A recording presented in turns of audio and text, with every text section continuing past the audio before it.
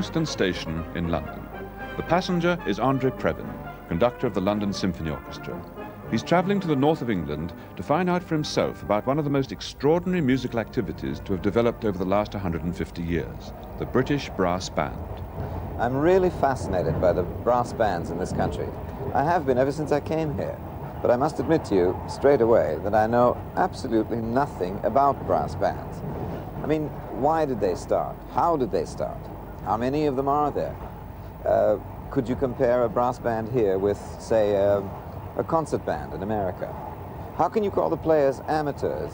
For mind you, none of them play for a living, when the standard of performance is as high, or frankly, sometimes higher, than quite a few of the professionals I could name. Now, all these questions, and many, many more, I want to find the answers for myself. And that's why I'm sitting here in this train, heading up to the north of England, where most of these brass bands got started, way back in the early part of the 19th century.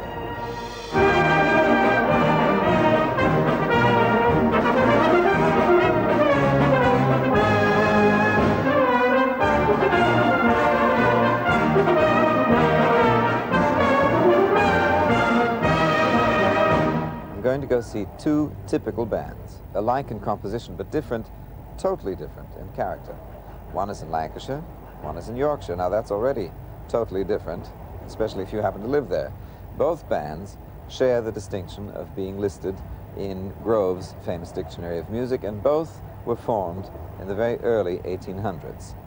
The one in Yorkshire is Dyke Mills, and the one from Lancashire, which is where we're going first, is called Besses of the Barn. Now, this book is a history of that band, and moreover, it's a history written in 1892. Can I read you the first paragraph? It says, "Delightfully situated on the Turnpike Road, about 5 miles from Manchester on the one hand, and 4.5 miles from Bury on the other, stands the quaint old Lancashire village of Besses of the Barn, now comprising about 2,000 inhabitants, but which, at the date of the commencement of this history, nearly 100 years back, and don't forget they mean 100 years back from 1892, was simply a small hamlet of not more than a dozen tenements." Well, here we are in that quaint Lancashire village that I mentioned to you before on the train. Behind me is Besses Band Room. Now, how did it get such a wonderful name? Well, there are a couple stories. There used to be a pub down the road, a pub shaped like a barn, and it was run by a very good-looking Lancashire lass called Bess, or Bessie, and the locals used to nip down there to see Bess and have a lunchtime drink. Now, the village grew up around the pub, and the name stuck. Now, if you don't like that story, there's another one, and that is that Dick Turpin used to stable his horse called Black Bess at the barn after a day or two of hard stand and delivering. But it doesn't matter whether you like one story or the other. The name of the band is Besses, and they rehearse here upstairs.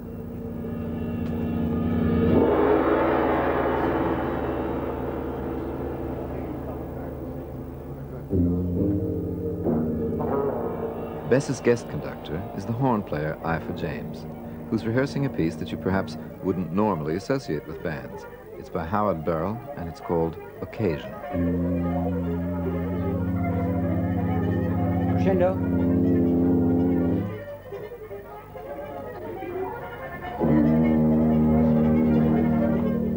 Yes, second bass is on that. You should be on the fourth beat. Okay, just that.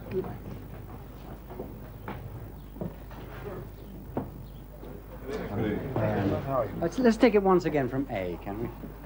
In this chattering bit, it might be an idea if everybody tried to make it a little bit clearer and perhaps a little slower, so that you really get this chattering effect. 2, 3, 4, 5, 6th of A. 1, 2, 3. The bandsmen here are all amateurs. They work during the day, leaving evenings and weekends free for rehearsals and concerts. It's a pretty full-time occupation. Well, how then do members of bands like this acquire such a high standard of sophisticated musical training? I think some of them take private lessons in any case, but I think this band has picked it up simply because I brought it to them. So there has to be a catalyst? I think there has to be a catalyst. Yeah, let me go right up to that. Lancashire and Yorkshire are very brass band minded, especially they have retained it. Many years ago, of course, in the northeast there was tremendous around Durham, Dereham, Newcastle. There were hundreds of bands there, and it has spread to the south, round Gloucester area, Bristol. There's a good band.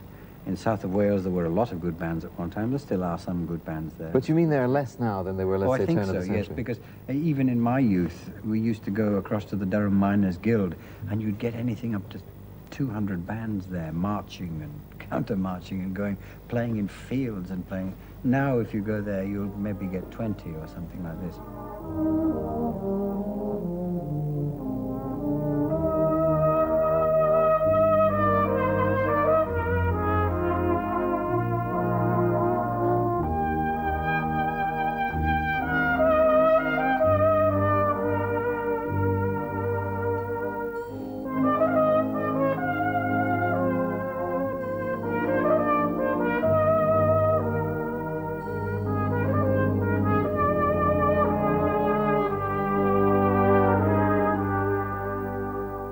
The Besses concert, which I attended in Middleton Civic Hall, suited the audience just fine.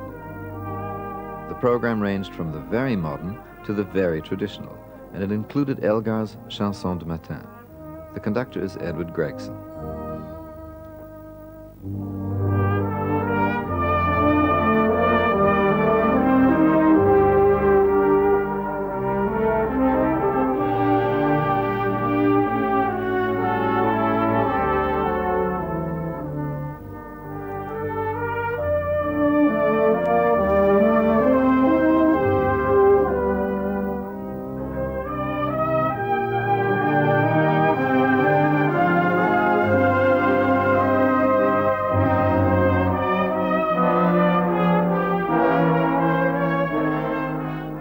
According to the records, Besses started as a reed band in 1818, and in 1821, the year of George IV's coronation, they won what must have been one of the first contests ever, playing, of all things, as a test piece, God Save the King.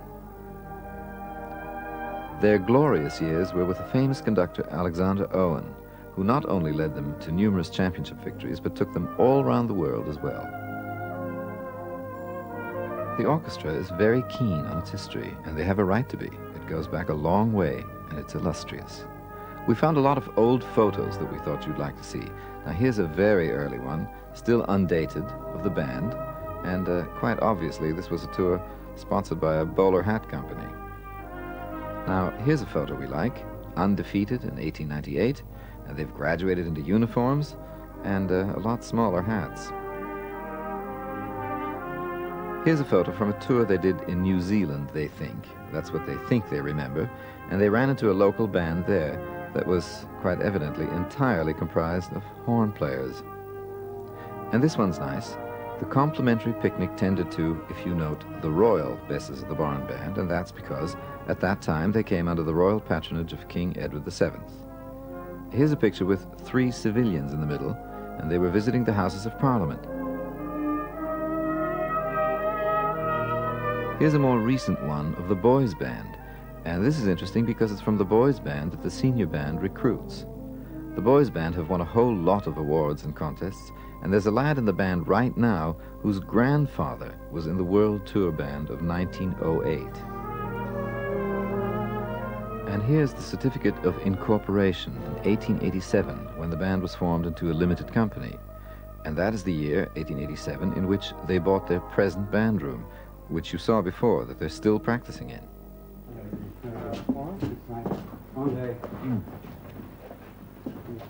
In the band room, I, for James, introduced me to Edward Gregson. And look who I found, my old friend from the LSO, John Fletcher. Goodness, yes.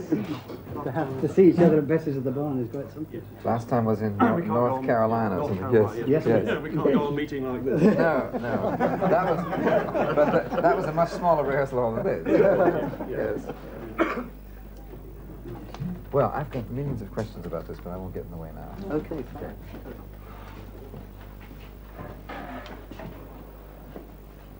Right.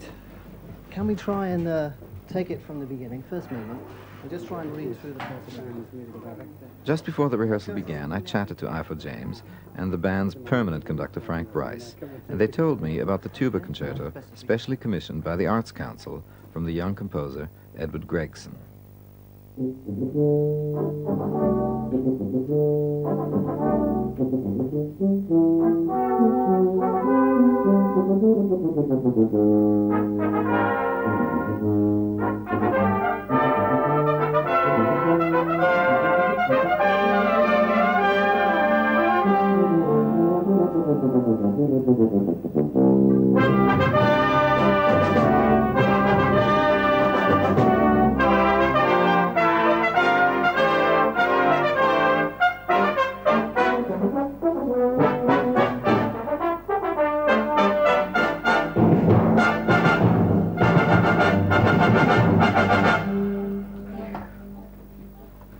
John, would you like to... Is there anything in that movement that you'd like to... No, not really. When I first started writing for the brass band, which was about 1969, there was little, and it so happened that at the same time a lot of other contemporary composers sort of became interested through various reasons, mainly through commissioning, in writing pieces for the brass band. John, the piece you're playing tonight, Edward Gregson's concerto, it's a premiere. Is it also a premiere in a different way? I mean, is it the first time a tuba concerto has been written for a band? Well, to the absolute best of my knowledge, yes. There are several tuba concertos with orchestra, but as far as I know, there is nothing of this scale ever written for a band. It's a very, very good thing. I mean, this is my first occasion playing with a band. In fact, is sitting at the wrong end of it, playing the solo part. But I'm hoping very much that this concerto, although it's fairly nippy, will encourage tuba players in bands to really have a shot at it.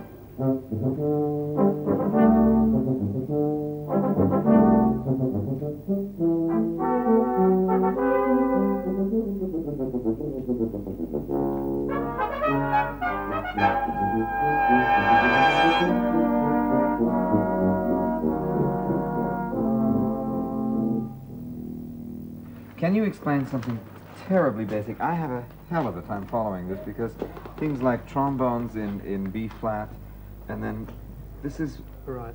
This is now 2 octaves up in B flat. Yeah, that's right. Everything's in treble clef. Everything's in treble clef. The only one that really makes sense is the bass trombone. Bass trombone, sure. Yeah, that's right. But why is everything in treble clef? Why is it easier? For a start, it's a tradition. It started very much with the working class man in the turn of the century, and the fact that all the instruments were written in treble clef made it much easier for them to transfer from, say, a tuba to literally a solo cornet, and he would have no change of fingering whatsoever. Where did you get your background, for instance, for this? Well, in fact, I started by writing a brass quintet, and I was then, shortly after I left studying music, was asked to write some brass band music. And it didn't come easily at first. I found the same sort of problems. But once you get into the swing of it, like most things, it actually comes much easier. Do you have anybody then that writes them out normally and just hands them to a brass specialist and says, here, change this for me? I think there are some serious composers who have been commissioned to write brass band works have in fact written short scores and passed it on to an arranger. Is that not right? Oh, yes. This is a transposition. This is the best. Bravo. What a good idea. Bravo. This is the terrible man who drinks the lemonade. Do you get this in LSO breaks or not? No. No? No, we don't. Not as good beer as this. No, Cheers. cheers. We better not be seen doing this. No, quite no. No, well, nobody's looking. It's all right. What was, or what is with other bands not quite as up to date with things, what is a normal brass band repertoire? Well, I would go so far as to say it's fairly much, you can say it must have a march or 2 marches, a hymn, a Gilbert and Sullivan selection, perhaps a selection from Oklahoma or something like this. Shows. Something from the shows. So these are all and arrangements. Perhaps a test piece. And is it... And arrangements, yes.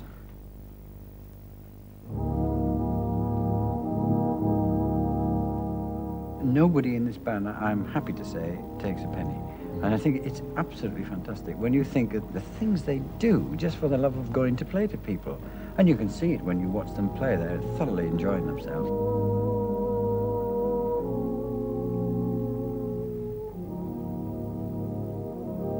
Sorry, so we have to stop it. I'm not quite happy about the phrasing on it. I've been throwing around this sort of Guinness Book of Records statement that I'm the only professional brass player that I know of who never ever played with a brass band. I have absolutely no connection. In other words, I'm a complete imposter in these circumstances. But it's very much an advantage in that it develops strength, endurance, and the ability to play with others and to sort of blend. In other words, I do think that in some cases, particularly the bass end of a band, restrictions are sort of placed, for better or worse, on players as to the possibilities of the instrument.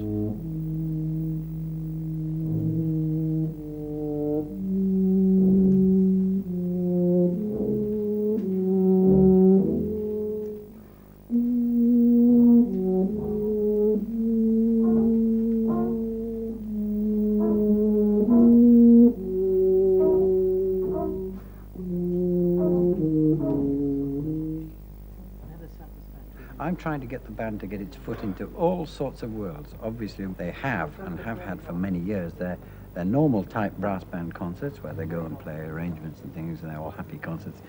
I'm now getting them into another world of universities and music clubs and serious things. We've been to Queen Elizabeth Hall 2 weeks ago, new commissions.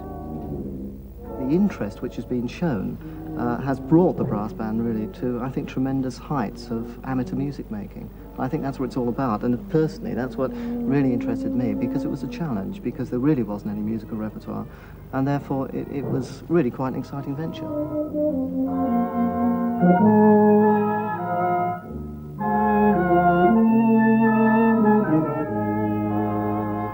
I think it must be one of the most unique and most advanced forms of folk music, if you like, in the country.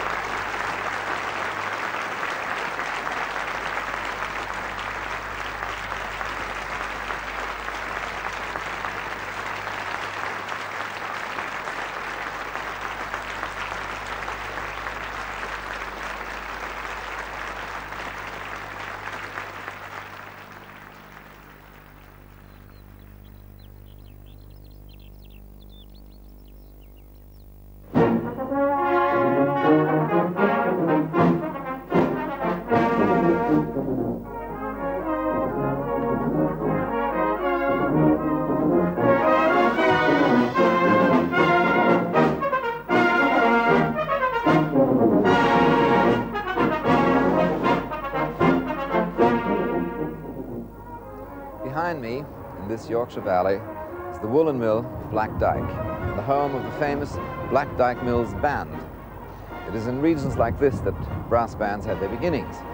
They were started by the Industrial Revolution, I suppose, because the troops, when the troops were sent in to keep the order in the new factories, the soldiers brought the military bands with them, and the workers very soon began to copy them.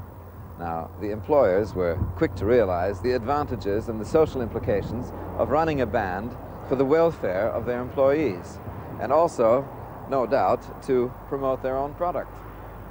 Anyway, bands began to spring up everywhere. There were colliery bands and temperance bands and religious bands and every kind of band. And by 1900, this is a staggering figure, by 1900 it was estimated that there were 20,000 brass bands in the United Kingdom.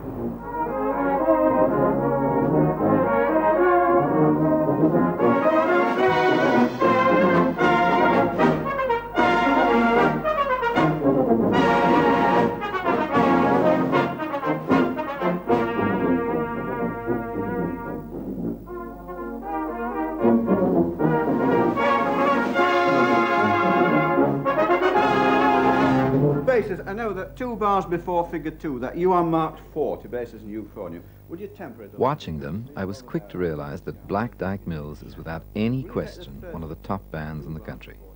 They're rehearsing John Ireland's Downland Suite under their permanent conductor, Roy Newsom.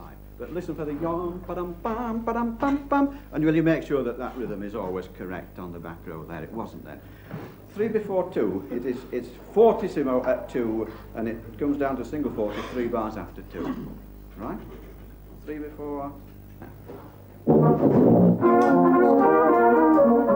Less.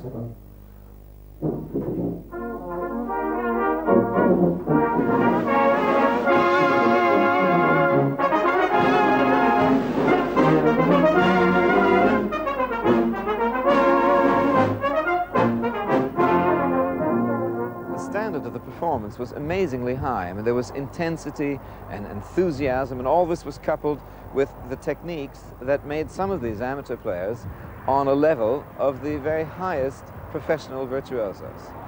Well, why? Why is that? Is it something in this air? Is it something in the water? What is it? What mysterious something is it that gives you a lump in the throat when you hear a sound like this?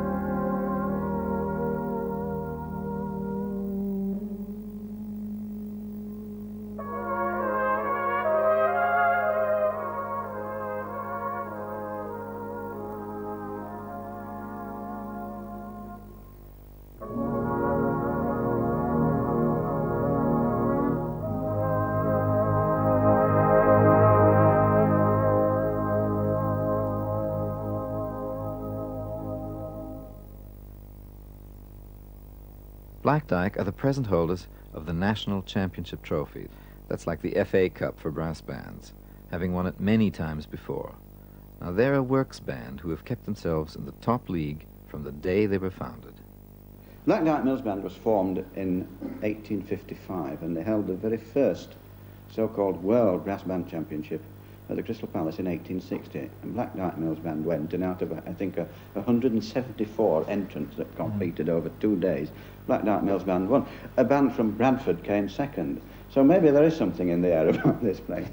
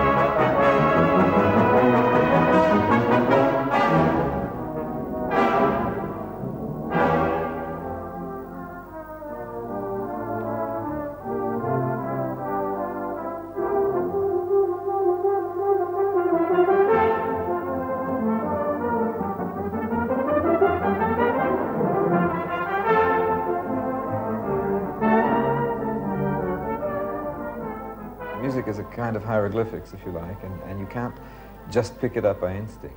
So where did you have music lessons? My father. Your father was an instrumentalist? Yeah. You often find in brass bands, it's passed down through the families. My father was a player, euphonium player. Did he play in this band? No, played in Brighouse and Rastrick, unfortunately. Mm-hmm. I was taught by him. Is there a great deal of competition between the bands? I don't mean just at contests, but... Yeah, there's a friendly rivalry. We've got a big friendly rivalry between Brighouse and ourselves. Mm-hmm. You can go down to Brighouse and they'll say just the same thing. You've got to realise that within a radius of, let's say, 30 miles of this band room, Mm-hmm. I'm going to get into trouble here, nearly all the best bands exist. And we chase each other like mad. But historically speaking, there must have been some social reason for brass bands to arrive here, because why isn't it, to stretch the point, why didn't this region of the country produce particularly good string quartets or gypsy bands or I don't know what? I mean, why brass bands up here? Well, I suppose it's to do with the heavy industry and the fact that in those days, if a person wanted to be a musician, if he was a working man working in the pit or in the mill, foundry, I don't think he could make a good job of playing a violin or an oboe physically.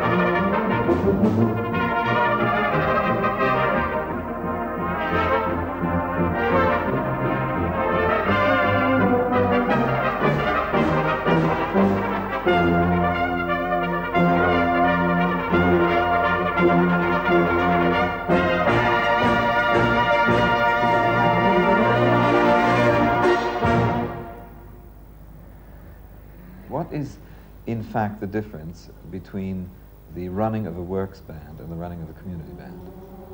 It's mainly one of finance. You see, we're in a very happy position being attached to a company, John Fletcher and Son Limited. They have a great pride in their band.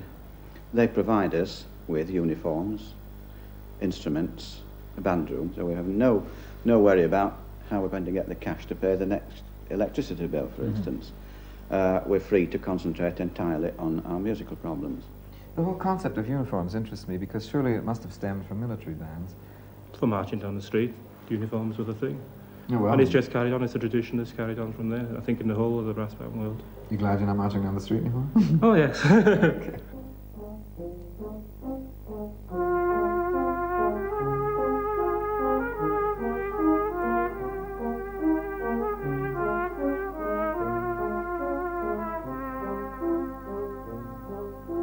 I should think about 15 years ago, the bulk of brass band music was to be heard in the open air, in the park bandstand, in front of the local Sunday school procession, carnival and what have you.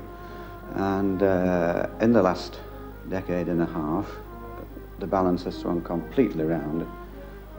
99% of the work that we do now is in the concert hall.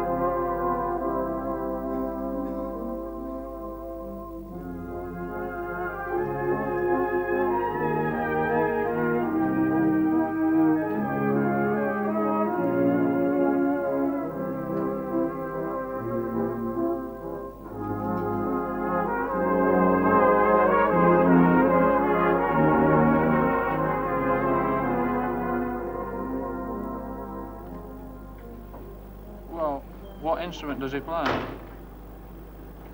Well, at the moment we have no vacancies, but I suggest we could arrange on some suitable evening to meet you and your son.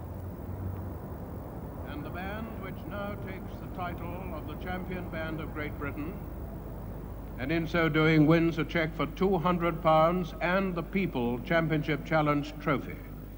With 194 points, Black Dyke Mill.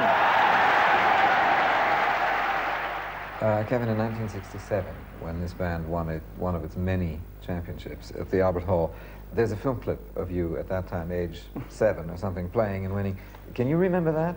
Very clearly, most of it anyway. Tell me about that. The results were always given in reverse order. Third prize, second prize. During the results, most of the members of the band were down in the dressing rooms, anxiously waiting, biting nails, to be honest with you. And somebody burst through the door, shouting, "We've won, we've won." And then it was just general chaos, because you always return to the stage to play again, in uniform, and 3/4 of the members were half undressed. And in a very, very small, tightly packed dressing room with 25 frantic men trying to get dressed, trying to get their instruments and music out and go back onto the stage. It was general chaos. Up to now, I have never seen a test piece played by one man. I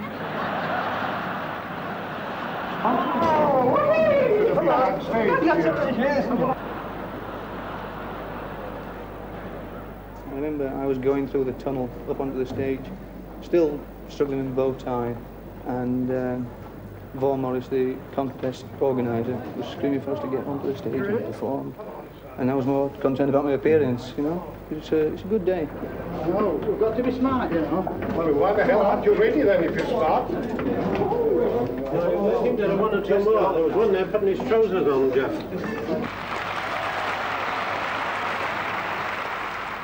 And on this occasion, were you surprised that you'd won? I was very surprised. It was my first ever win. Mm-hmm. I was only a youngster. I didn't expect it to happen. I was hoping it would happen, obviously. But I didn't expect it to do, and it's a magnificent feeling. It's like winning the FA Cup. Must be. When you do win a contest, what does that in fact mean to the band? I mean, other than the satisfaction of winning, which is amazing. It means you've achieved a standard which has got to be maintained for the following 12 months until you can try and prove yourselves again. So you have to defend the championship every year? You have to defend the championship each year, and you have to show yourself worthy winners during the following 12 months. And that's what it means to me. And I think it means that to most of the people in the band. And I said, you don't find it difficult? He said, where? Unbelievable.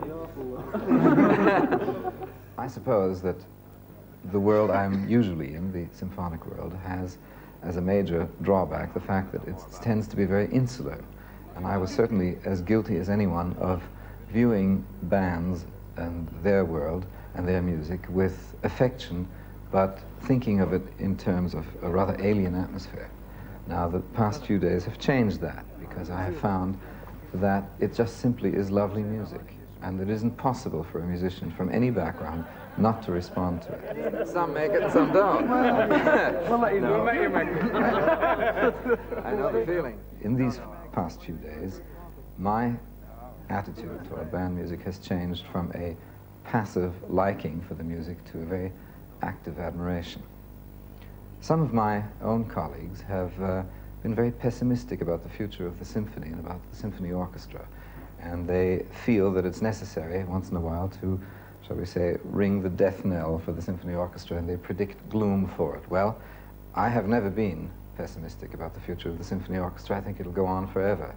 The marvelous thing about the world of the brass bands, as far as I can tell, is that they've never been afflicted with pessimism for their own future. They firmly believe that it will go on as it has gone on for the past 100 and odd years, for as many centuries as we can think of.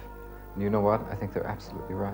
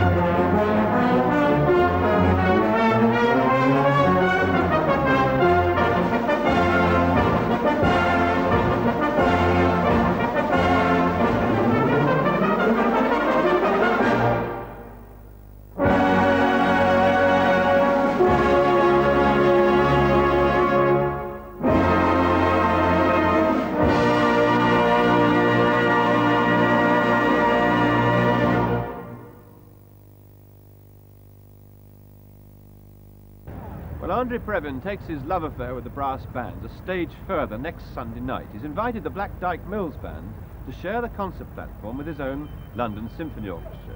The occasion is a concert at the Royal Albert Hall, a spectacular occasion, the John Fletcher Centenary Festival, and BBC Two will be televising the concert from start to finish. That's on Sunday night. Hope you'll join us then. Now back to tonight's programme. For our final item, we have a film which is directed by Peter Bartlett, who is our cameraman on the brass band story you saw just now. The subject is The Romance of the Railways. The music is by Villa-Lobos. The title, The Little Train.